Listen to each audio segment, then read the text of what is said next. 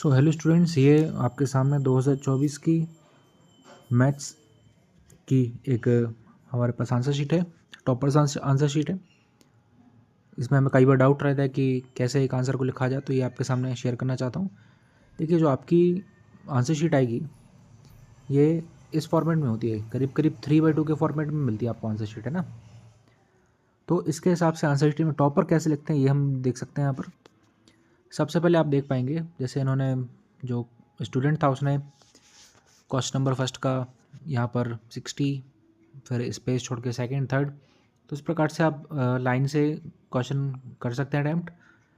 यहाँ तक 20 तक क्वेश्चन तो आपके एमसीक्यूज़ हैं। कई बार स्टूडेंट क्या करता है कि 3 पेज करीब करीब लगते हैं 20 एमसीक्यूज़ करने में, तो कई बार 3 पेज छोड़ देते हैं, देन इसके बाद सेक्शन बी पर आते हैं। देखिए, यहाँ जब सेक्शन बी पर आए तो आप नोटिस करेंगे कि यहाँ पर ये पेज इतनी स्पेस को छोड़ा, फिर हमने नेक्स्ट पेज पर आ गए। ओके, तो बहुत ज़रूरी है कि हम अगले पेज पर आकर शुरुआत करें सेक्शन बी की स्टार्टिंग की। और जो मेन वर्डिंग होती है उस वर्डिंग पे बहुत ध्यान देने की ज़रूरत पड़ती है। जैसे यहाँ पर लिखा गया है that substituting with all the prepared values, तो यहाँ पर हम वैल्यूज़ पुट कर रहे हैं, ये इन्होंने नोट किया।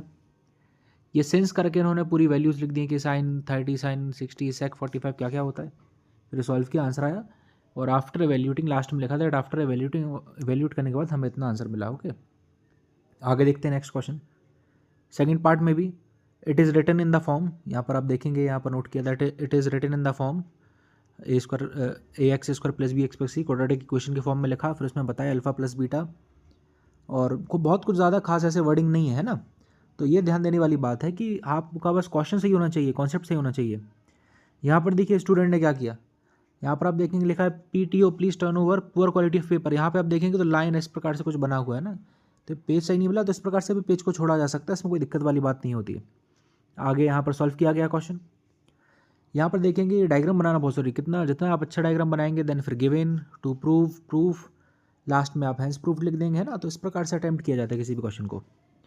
आगे आएंगे तो ये आपका HCF एलसीएम वाला फर्स्ट चैप्टर से भी क्वेश्चन है, आगे डायग्राम बनाया गया है।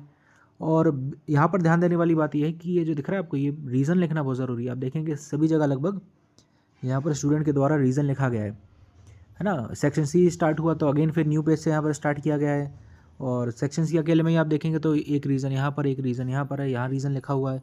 नीचे भी जाएंगे तो पूरा हैंस प्रूफ तक आपको जहाँ जहाँ ज़रूरत लगेगी वहाँ हमें ब्रैकेट में रीज़न लिखना पड़ेगा। तो इस प्रकार से आंसर शीट को सॉल्व किया जाता है। ये देखिए ट्रिग्नोमेट्री वाला आपका चल रहा है ना। यहाँ पर अगेन फिर ब्रैकेट में पूरा रीज़न किया गया, ज़्यादा कुछ वर्डिंग ऐसे खास नहीं है कि कुछ हैंड राइटिंग बहुत ज़्यादा सुंदर है या जो भी है। मैथ्स में आप नॉर्मल राइटिंग भी लिखेंगे तब भी आपको मार्क्स मिल जाते हैं ना, तो इस बात का ध्यान रखेंगे। अगेन देखिए